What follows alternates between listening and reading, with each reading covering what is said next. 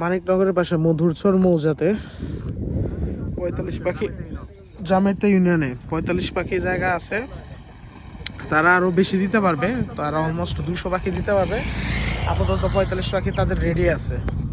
এই যে এই গাছ থেকে ধরে, এই যে আইল দিয়ে ধরে ফোটা টোটা দিয়ে, ওই যে জাংলার পরে লোক দাঁড়ায় আছে দেখা যাইতেছে, এই জাংলা জংলা দিয়ে সহ।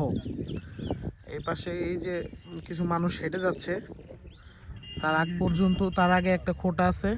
এই দিক দিয়ে এসে এই যে বাঁশঝাড় দিয়ে ধরে, ওই যে সামনে ই আছে এটা, ওই যে বাঁশ গাছগুলো আছে, যে বাঁশ গাছ ওই পর্যন্ত এখানে আছে ৪৫ পাখি জায়গা।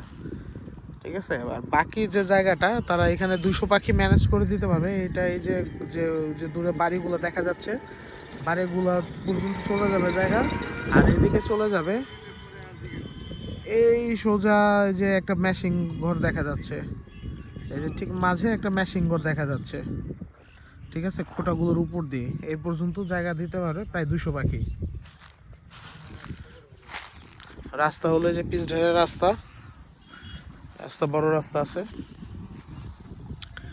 জামিরতা ইউনিয়ন মধুরচর মৌজাতে। এটা সিংহের মানিকগঞ্জে পড়েছে।